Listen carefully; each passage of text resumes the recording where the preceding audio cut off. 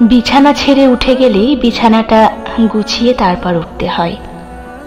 ঘর থেকে বেরিয়ে গেলে বন্ধ করে আসতে হয় দরজা। জামাটা ছেড়ে তার দুমড়ে মুচড়ে ছুঁড়ে ফেলে দিতে নেই যেখানে সেখানে। রান্না শেষে মুছে দিতে হয় উনুন।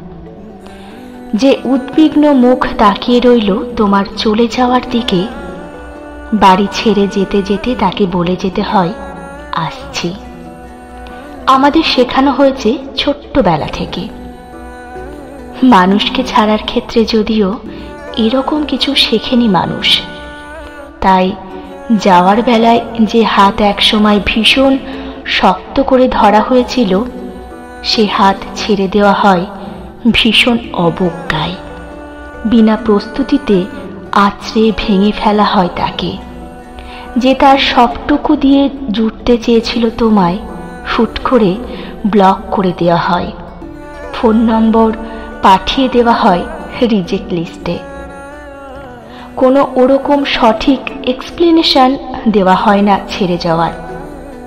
দুর্ব্যবহার করা হয়। বোঝানো হয় তার বেঁচে থাকা বা মরে যাওয়ায় কিচ্ছু যায় আসে না।